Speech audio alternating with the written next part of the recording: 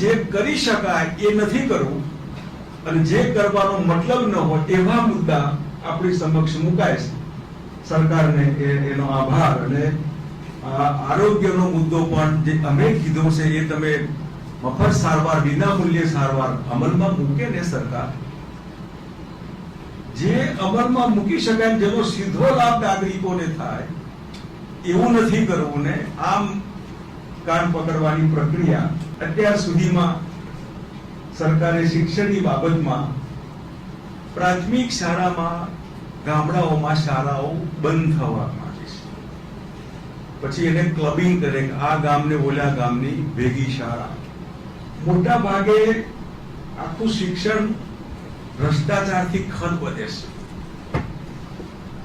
બીજેપીની જે ગવર્મેન્ટ છે આખી કરપ્ટ ગવર્મેન્ટ, જે શિક્ષણમાં જેમાં આદર્શ શીખવાડાય, સારું સારું નાગરિકના ધર્મો ગુણો જે હોય ને એ ભણાવવાનું હોય, એમાં સૌથી મોટો ભ્રષ્ટાચાર શિક્ષણમાં અત્યારે. માટે કહીએ છીએ શિક્ષણ અડાઈ ગયું છે. આ કોઈએ ધ્યાન નથી આપ્યું.